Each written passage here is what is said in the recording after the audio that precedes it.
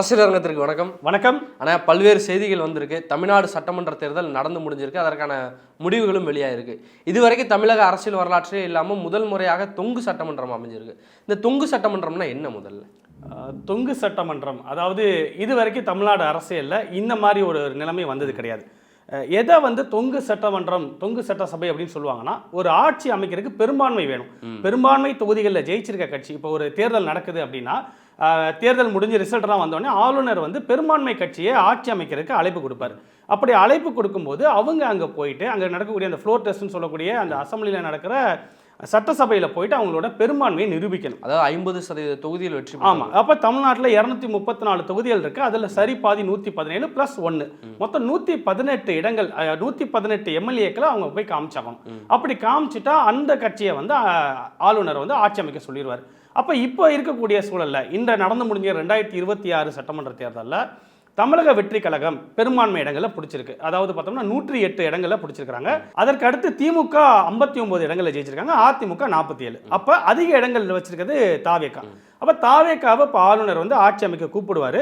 அவர் ஒரு 2 வார காலங்கள் அவகாசம் கொடுப்பார் அந்த பெரும்பான்மையை நிரூபிக்கிறதுக்கு. அதாவது 118 எம்எல்ஏ ஆதரவு இருக்கான்னு. ஆமாம். இப்போ என்ன பண்ணணும்னா, தாவேகாக்கு இருக்கக்கூடிய ஆப்ஷன் அவங்க கிட்ட 108 எம்எல்ஏ தான் இருக்கிறாங்க.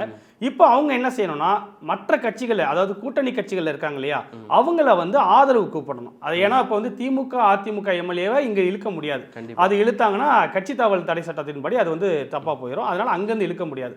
அப்போ என்ன பண்ணுவாங்க அப்படின்னா, கூட்டணி கட்சிகள், சிறிய கட்சிகள் இருக்காங்க இல்லையா, அவங்கலேருந்து இவங்க கூப்பிடணும். இப்போ ஆதரவு கூப்பிடணும் அப்படின்னா, காங்கிரஸில் கிட்டத்தட்ட 5 எம்எல்ஏ இருக்கிறாங்க, பாமகவில் 4 எம்எல்ஏ இருக்கிறாங்க.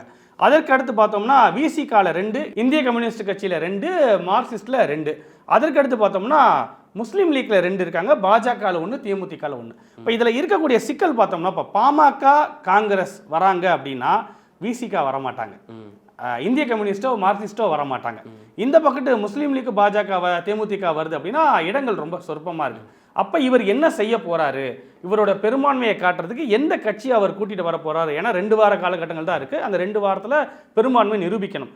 ஒருவேளை பெரும்பான்மையை நிரூபிக்கலை அப்படின்னா அடுத்து 2 வழிகள் இருக்குது. ஒன்று ஆளுநர் என்ன பண்ணுவார்னா, குடியரசுத் தலைவர் ஆட்சிக்கு ரெக்கமெண்ட் பண்ணிடுவார். தமிழகத்தில் ஒரு 6 மாதத்துக்கு குடியரசுத் தலைவர் ஆட்சி வரும். அதற்கு அடுத்து மறுபடியும் ஒரு தேர்தல் வரும். யாருமே ஆட்சி அமைக்கவே முடியாமல் போயிடும். ஆமாம், யாருமே இப்போ பெரும்பான்மையை காட்டலை அப்படின்னா இந்த மாதிரி ஒரு நிலைமை தான். குடியரசுத் தலைவர் ஆட்சி வரும். அப்படி அதுக்கடுத்து 6 மாதம் கழிச்சு மறுபடியும் தேர்தல் நடக்கும்.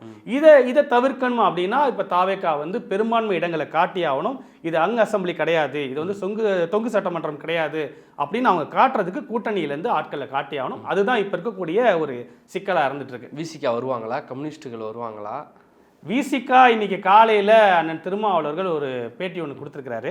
ஆட்சியிலையும் பங்கு, அதிகாரத்திலையும் பங்கு அப்படின்னு நாங்கள் கேட்குற எங்களோட கோரிக்கைக்கு தகுந்த மாதிரியான ஒரு ஆட்சி இப்போ வந்திருக்குது அப்படின்னு சொல்லிட்டு அவர் தன்னுடைய சந்தோஷத்தை வெளிப்படுத்தியிருக்கிறாரு. ஒரு துண்டை போட்டிருக்காருன்னு சொல்லலாமா? அது பார்க்கலாம். இப்போ நேற்று தினம் அரசியல் அரங்கத்தில் அண்ணன் சாட்டை துரைமுருகன் அவர்கள் சொன்ன மாதிரி பல பிரேக்கிங் நியூஸை நம்ம அடுத்தடுத்த நாட்களில் பார்க்க போகிறோம். இதுக்கு அடுத்து பார்த்தோம்னா கம்யூனிஸ்ட் தரப்புலேருந்து பார்த்தோம்னா இன்னைக்கு காலையில் அவங்க ஒரு பேட்டி கொடுத்துருக்குறாங்க. இன்னும் தாவேகா தரப்புலேருந்து எங்களை யாரும் ஒன்றும் அணுகுனதுக்கு அப்புறம் மட்டும் நாங்கள் எங்களோட முடிவை சொல்லுவோம் அப்படின்னு அவங்க சொல்லியிருக்கிறாங்க. கூப்பிடுங்க, வெயிட் பண்ணுறோம் உங்களுக்காக. ஆமாம் அப்படின்னு சொல்லிக்கிறாங்க. இந்த பக்கம் காங்கிரஸ் போவாங்க அப்படின்னு நம்ம நினச்சோம்னா, காங்கிரஸ் போணுச்சு அப்படின்னா அங்கே மேலே எதிர்கட்சி அந்தஸ்தை இழந்துருவாங்க. 40 தொகுதிகள் இருக்கு. ஆமாம், அதனால அந்த இது போயிடும். அப்போ காங்கிரஸ் விடாமல் பிடிச்சிக்குவாங்க திமுக அப்படின்னு நம்ம பார்க்கலாம். இந்த பக்கம் தேமுதிக போயிடுவாங்க அப்படின்னு நம்ம யோசிச்சோம்னா, தேமுதிக போயிட்டாங்க அப்படின்னா மேலே ஒரு மாநிலங்களவை உறுப்பினர் இருக்கிறாரு, அவங்களோட விஜயகாந்த் அவரோட மச்சான் இருக்கிறாங்க, பிரேமலதா அம்மையாரோட தம்பி இருக்காங்க. அப்போ அந்த பதவிக்கான சிக்கல் வரும். அப்போ அவங்க போவாங்களாங்கிற ஒரு சந்தேகம் இருக்குது. ஸோ இது என்ன நடக்கும், இது எப்படி போகுது அப்படிங்கிறத அடுத்த ஒரு வார பிரேக்கிங் நியூஸில் தான் நம்ம முடிவு செய்யும். அதாவது பாஜக வந்தால் காங்கிரஸ் வராது, பாமக வந்தால் விசிகா வராது. ஆமாம், இப்படி ஒரு சூழல் இருந்துருக்கு. நான் வந்தால் அவன் வரமாட்டான், அவன் வந்தால் நான் வரமாட்டேன், இப்படிங்கிற ஒரு பஞ்சாயத்து ஓடும்போது யார் போகிறாங்க, யார் முதலடியை எடுத்து வைக்க போகிறாங்க, யார் மற்றவங்களையும் இழுத்துட்டு வர போகிறாங்க. ஏன்னா அமமுக போகிறதுக்கான வாய்ப்பு இருக்குது. மற்றவங்க ஒரு தொகுதி தான் இருக்குது. அதை தான் அவர் சொல்கிறேன். அப்போ தொகுதி கம்மியாக இருக்கனால இவங்களோட மெயின் ஃபோக்கஸ் இந்த பக்கத்து இருக்கும்.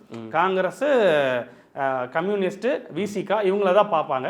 ஸோ ஸோ எப்படி வரப்போகுது அப்படிங்கிறத அடுத்த ஒரு வாரத்தில் நமக்கு தெரியும். ஆனா முதல்ல தமிழ்நாடு அசெம்பிளி வந்து ஒரு தொங்கு சட்டசபை வந்து ஆமா, இது வரலாற்றிலே கிடையாது, இதுதான் முதல் முறையா இருந்திருக்கு. ஆனா இந்தியாவில் வந்து உத்தரப்பிரதேசம் அதிக முறை வந்து தொங்கு சட்டசபை வந்து வச்சிருக்காங்க. பல மாநிலங்கள் இருந்தாலும் தமிழ்நாடு சந்திக்கிற இதுதான். தமிழகத்துல இந்த மாதிரி ஒரு நிலைமை நீங்க வந்து சொன்ன அடுத்த 15 நாளைக்கு பிரேக்கிங் இருந்துகிட்டே இருக்கும். கண்டிப்பா நம்ம அந்த பிரேக்கிங் நியூஸ் மியூசிக்கை வந்து அடிக்கடி கேட்கலாம் டிவியை போட்டாவே.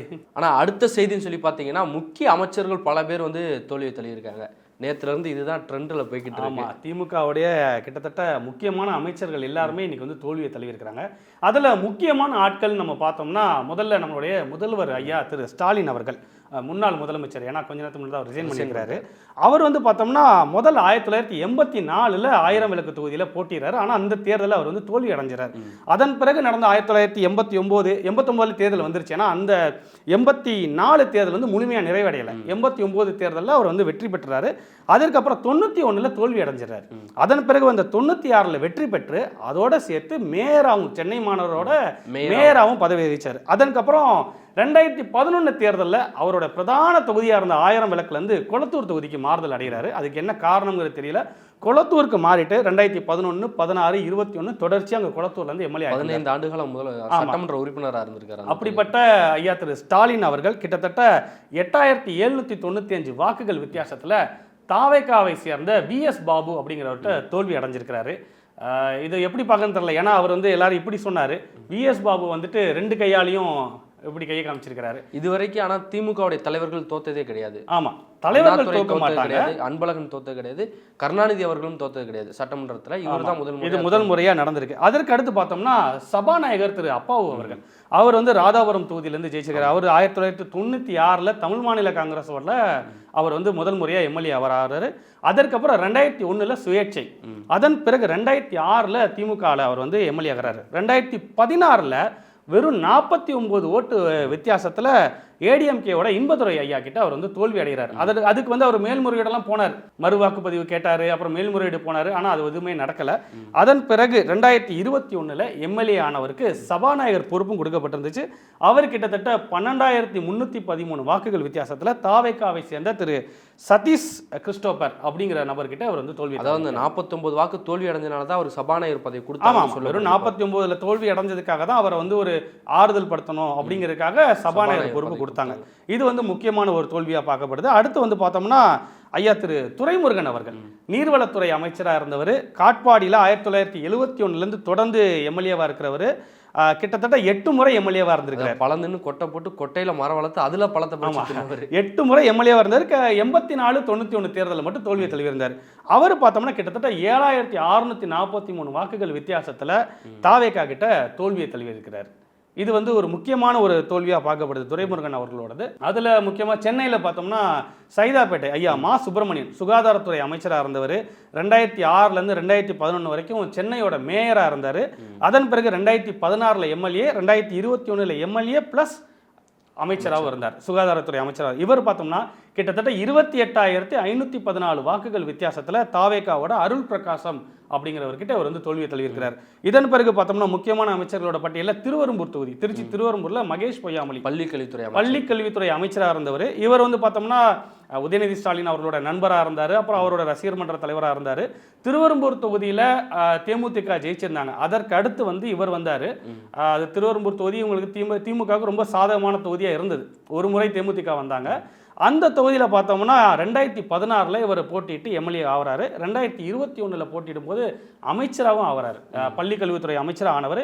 இவருக்கும் அந்த தொகுதியில் இருந்த முன்னாள் ஒன்றிய செயலாளர், திமுக ஒன்றிய செயலாளர் திரு நவல்பட்டு விஜய் அவங்களுக்கும் பிரச்சனை இருந்துட்டு இருந்துச்சு. இது வந்து வழக்காகவும் மாறுனுச்சு. இந்த பிரச்சனையெல்லாம் அந்த நவல்பட்டு விஜய்ங்கிற அவர் வந்து தாவேகாவுக்கு தாவறாரு. திமுகவிலிருந்து போனவர் திமுகவிலிருந்து அன்பில் மகேஷ் பொய்யாமொழி அவர்களோட ஏற்பட்ட பிரச்சனைக்காக தாவேகாவுக்கு போன நவல்பட்டு விஜய் அவர்கள் இன்னைக்கு அவங்க ஜெயிச்சிருக்கிறாரு. மகேஷ் பொய்யாமொழி கிட்டத்தட்ட 8705 வாக்குகள் வித்தியாசத்தில் நவல்பட்டு விஜயிடம் தோல்வி அடைஞ்சிருக்கிறார். திமுகவில் இருந்து தாவேகாவிற்கு போன நபர்கிட்ட தோல்வி அடைஞ்சிருக்கிறார். முக்கியமான அமைச்சராக இருந்தார், பள்ளிக்கல்வித்துறை அமைச்சர். ஆமாம். அடுத்து வந்து பார்த்தோம்னா முக்கியமான நபர்களில் மதுரை பிடிஆர் பழனிவேல்ராஜன், அவர் வந்து பார்த்தோம்னா மதுரை மத்திய தொகுதியோட எம்எல்ஏவாக இருந்தார். பாரம்பரியமான அரசியல் குடும்பம், அவருடைய அப்பா தாத்தா அப்படி எல்லாருமே அரசியல் இருந்த முக்கியமான ஆளுமைகள். அவர் 2016 எம்எல்ஏவாக இருந்தார். அதுக்கப்புறம் 2021 எம்எல்ஏ ப்ளஸ் தமிழகத்தோட நிதி அமைச்சராகவும் இருந்தார். அதற்கு அடுத்து 2026 அவர் தோல்வியை தழுவிடுறாரு. வித்தியாசம் வந்து பார்த்தோம்னா 19,128 வாக்குகள் வித்தியாசத்தில் யார்கிட்ட தோத்துருக்கிறாருன்னா நம்ம அண்ணன் முஸ்தபாட், தாவேக்காவுடைய அண்ணன் முஸ்தபா அவர்கள். ஊடகங்கள் எல்லாம் வரக்கூடிய முக்கியமான தாவேக்கோட பிரச்சார பீரங்கியா இருந்த திரு முஸ்தபா அவர்கள்ட்ட இவர் வந்து தோல்வியை தழுவிருக்கிறார். இன்னொரு பக்கம் சுந்தர்சி அங்கே போட்டி போட்டிருந்தாரு. சுந்தர்சி, பிடிஆர் ரெண்டு பேருமே ஓரமா போனாட்டு முஸ்தபா அவர்கள். அதுக்கு அடுத்து முக்கியமான ஒரு நபர்னு பார்த்தோம்னா மதுரை, அதே மதுரையிலேயே ஐயா மூர்த்தி அவர்கள் பத்திரப்பதிவுத்துறை அமைச்சராக இருந்தார். அவர் வந்து பார்த்தோம்னா மதுரை மாவட்ட செயலராக இருந்தார், மதுரை கிழக்கு மாவட்ட செயலராக இருந்தார், பத்திரத்துறை அமைச்சராக இருந்தார். இவர் வந்து 2006 சோழவந்தான் தொகுதியில் எம்எல்ஏவாக இருக்கிறாரு. 2016 மதுரை கிழக்கு தொகுதியோட எம்எல்ஏவாக இருக்கிறாரு. அதன் பிறகு 2021 கிழக்கு தொகுதி எம்எல்ஏ ப்ளஸ் அமைச்சராக இருந்தார். இவர் வந்து பார்த்தோம்னா கிட்டத்தட்ட 16,547 வாக்குகள் வித்தியாசத்தில் தாவேக்காவோட கார்த்திகேயன் அப்படிங்கிற நபர்கிட்ட தோல்வி அடைஞ்சிருக்கிறார். அதன் பிறகு முக்கியமான ஆளுமைன்னு பார்த்தோம்னா டிஆர்பி ராஜா, டிஆர் பாலு அவர்களுடைய மகனாகவும் மன்னார்குடி தொகுதியில் நின்றுட்டு இருந்தார். 2011 எம்எல்ஏ, 2016 எம்எல்ஏ, 2021 எம்எல்ஏன்னு தொடர்ச்சியாக எம்எல்ஏவாக இருந்தவர். தொழில்துறை அமைச்சராகவும் இருந்தார். அவர் கிட்டத்தட்ட 1566 வாக்குகள் வித்தியாசத்தில் அமமுகவுடைய காமராஜர் அப்படிங்கிற ஒரு நபர்கிட்ட தோல்வி அடைஞ்சிருக்காரு. அமமுக ஜெயிச்ச ஒரு தொகுதி. ஆமா, அமமுகவோட ஒரே தொகுதி இதுதான். அதுல அவர் வந்து பிடிஆர் வந்து தோல்வி அடைஞ்சிருக்காரு. அதுக்கப்புறம் பெரிய கருப்பன் அவர்களுடைய தோல்வி தான் பெரும் அதிர்ச்சியை கொடுத்துருக்கு. ஆமா, திருப்பத்தூர்ல தொடர்ச்சியா 2006 அவர் வந்து எம்எல்ஏவா இருந்துட்டு இருக்கிறாரு. கூட்டுறவுத்துறை அமைச்சராக அப்போ தற்போது இருந்தார். 2006 எம்எல்ஏ மற்றும் இந்து அறநிலையத்துறை அமைச்சராக இருந்தார். அப்புறம் 2011 எம்எல்ஏ ப்ளஸ் கூட்டுறவுத்துறை அமைச்சர், 2016 எம்எல்ஏ. அப்புறம் இந்த முறை வந்து 2026 அவருடைய வாக்கு வித்தியாசம்னு பார்த்தோம்னா ஒரே ஓட்டு வித்தியாசத்தில் தாவேக்காவுடைய ஸ்ரீனிவாச சேதுபதி அப்படிங்கிறவர்கிட்ட ஒரு தோல்வி அடைஞ்சிருக்கிறார். ஒரு ஓட்டில் தோல்விங்கிறதெல்லாம் யாராலுமே ஏற்றுக்க முடியாது தான். ஏன்னா எந்த கட்சியாக இருந்தாலும் வேலையை செஞ்சுருப்பாங்க, களத்தில் நின்றுருந்துருப்பாங்க. ஒரு ஓட்டு வித்தியாசத்தில் அவர் வந்து தோல்வியை தழுவிருக்கிறார். அதுதான் எலக்ட்ரோலோட பவர்னு சொல்லி வேணால் நான் பார்க்கலாம். ஒரு ஓட்டு தூத்துக்குடியில் அம்மையார் கீதா ஜீவன் அவர்கள், அவங்க வந்து பெண்கள் மகளிர் உரிமைத்துறை அமைச்சராக இருந்தாங்க.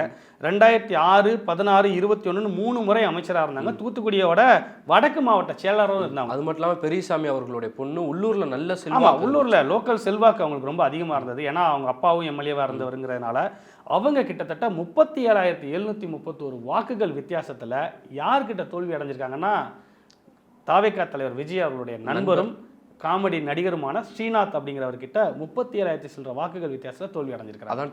அதுதான் ட்விஸ்ட். இப்படி பல்வேறு அமைச்சர்கள், எல்லா முக்கிய அமைச்சர்கள் எல்லாருமே தோல்வி அடைஞ்சிருக்காங்க.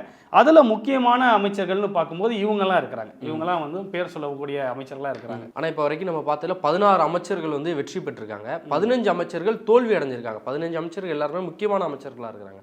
ஆனால் இந்த வெற்றி பெற்றவர்களுடைய வாக்கு சதவீத வித்தியாசம் வந்து அதிகமாக இருக்குது. ஆமாம், சில தோற்ற அமைச்சர்கள் வாக்கு சதவீதம் ரொம்ப நெருக்கத்திலையும் தோற்றுருக்காங்க, ரொம்ப அதிக வாக்கு வித்தியாசத்திலையும் தோற்று போயிருக்காங்க. ஆமாம், இது எப்படி பார்க்குறீங்க? தோல்வி அடைஞ்ச அமைச்சர்களோட வாக்கு வித்தியாசத்தை பார்த்தோம். சில தொகுதிகளில் வெற்றி அடைஞ்சவங்களோட வித்தியாசம் வந்து மிக அதிகமாக இருக்குது.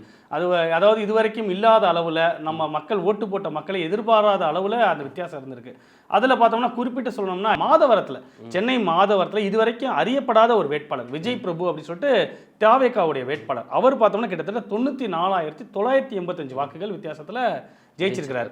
அதற்கடுத்து பார்த்தோம்னா நட்சத்திர வேட்பாளராக இருந்த தாவேகா தலைவர் விஜய் அவர்கள் போட்டியிட்ட பெரம்பூர் தொகுதி, அந்த தொகுதியில் கிட்டத்தட்ட 53,715 வாக்குகள் வித்தியாசத்தில் அவர் வந்து வெற்றி அடைஞ்சிருக்கிறாரு. அடுத்து பார்த்தோம்னா நிறைய தொகுதிகள் இருக்குது, அது எல்லாமே தாவேகாவுடைய வேட்பாளர்கள் ஜெயிச்சிருக்காங்க. முக்கியமாக சொல்லணும்னா திருப்பூர் வடக்கில் தாவேகா வேட்பாளர் சத்யபாமா, அதிமுக வேட்பாளர் எம்எஸ்எம் ஆனந்தனை வந்து பார்த்தோம்னா 69,992 வாக்குகள் வித்தியாசத்தில் ஜெயிச்சிருக்கிறாங்க. அடுத்து முக்கியமான தொகுதியாக இருக்கக்கூடியது விராலிமலை. ஐயா விஜயபாஸ்கர் அவர்கள் போட்டியிட்டது, அதிமுகவுடைய விஜயபாஸ்கர் ஐயா, அவர் வந்து பார்த்தோம்னா எதிர்த்து போட்டியிட்ட தாவேகா வேட்பாளர் முருகேசனை விட 62,073 வாக்குகள் வித்தியாசத்தில் ஜெயிச்சிருக்கிறார். இப்படி விராலிமலை என்னுடைய கோட்டையை நிரூபிச்சிருக்கு. ஆமாம், விராலிமலை அவருடைய கோட்டையாக இருந்துட்டு இருந்தது. அதை மாற்றுறதுக்கு பல்வேறு கட்சிகள் போராடிட்டு இருந்தாங்க. இந்த முறை தாவேகா அதை கிட்ட நெருங்கி வந்திருக்கிறாங்க.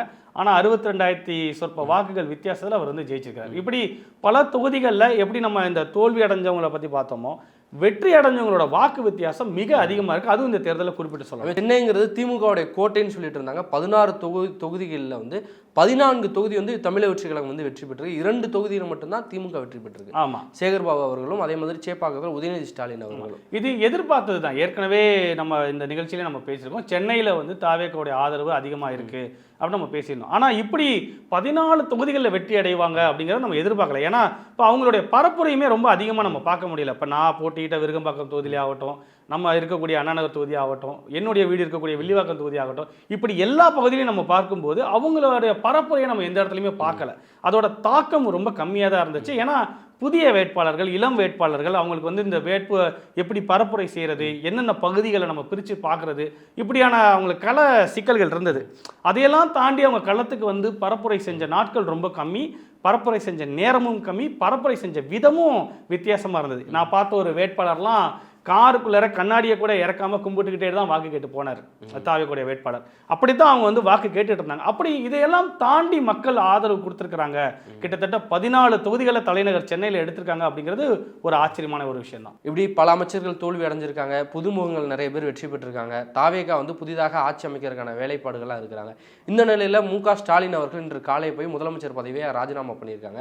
கடிதம் ஆளுநர் அவர்களுக்கு எழுதியிருக்காங்க. ஆமா, இது வந்து செய்யக்கூடிய ஒரு நடைமுறை தான். ஏன்னா நேற்றைய தினம் தோல்வி அப்படிங்கிறது செய்தி வந்துருச்சு. எந்த வகையிலும் வாய்ப்பு இல்லை. ஏன்னா அவங்க வந்து கிட்டத்தட்ட 59 எம்எல்ஏ தான் வச்சிருக்காங்க. அப்போ பெரும்பான்மையை நிரூபிக்க முடியாது. ரெண்டாவது தோல்வின்னு தெரிஞ்சு போச்சு. இன்னமாட்டி அவர் வந்து இது வந்து சரியான ஒரு பண்பு தான். உடனடியாக போய் ராஜினாமா செஞ்சுட்டாரு.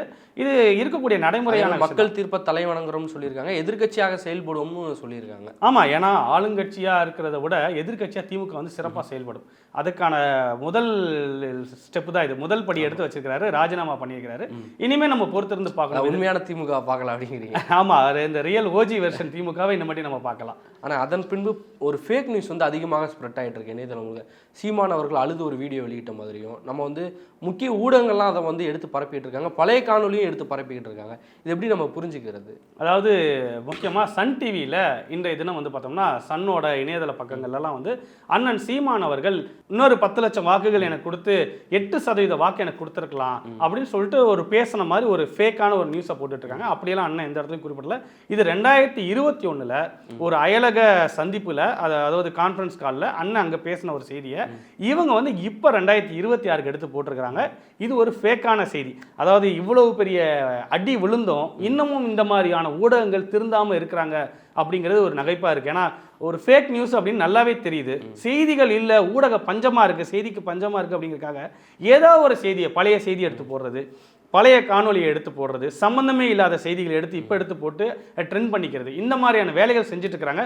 அதை ஒரு முன்னணி ஊடகமாக இருக்கக்கூடிய சன் நியூஸே இந்த வேலையை செஞ்சுருக்காங்கிறது ஒரு நகைப்பாக தான் தெரியுது. டிஜிட்டல் இவ்வளோ வளர்ந்துருக்கு, இதில் கண்டுபிடிக்க முடியாமல் இருக்க போகிறோம். ஆமாம், இந்த ஏஐ ஃபோட்டோ போடுறது, இந்த இப்போ பார்த்தோம் இல்லையா, நம்ம இங்கே மத்திய பிரதேசத்தில் நடந்த அந்த விபத்தில், படகு விபத்தில் ஏஐ ஃபோட்டோ பயன்படுத்தியிருந்தாங்க. அந்த மாதிரி இந்த டிஜிட்டல் யுகத்திலையும் இந்த மாதிரியான செய்திகளை போகிறாங்க. இது 2021 அண்ணன் பேசின செய்திங்கிறத 2 நிமிஷத்தில் நம்மளுடைய இணையதளத்திலேருந்து எடுத்து கொடுத்துடலாம். இந்த செய்தியை இப்போ எடுத்து போட்டு பரப்பிட்டு இருக்காங்க. இது ஒரு ஃபேக்கான செய்தி தான். ஆனால் பல்வேறு செய்திகள் குறித்து பார்த்தோம். நாளை அரசியல் அரங்கத்தின் இணையும் வரை நன்றி. நன்றி. சாட்டை எடுத்து நாட்டை திருத்து.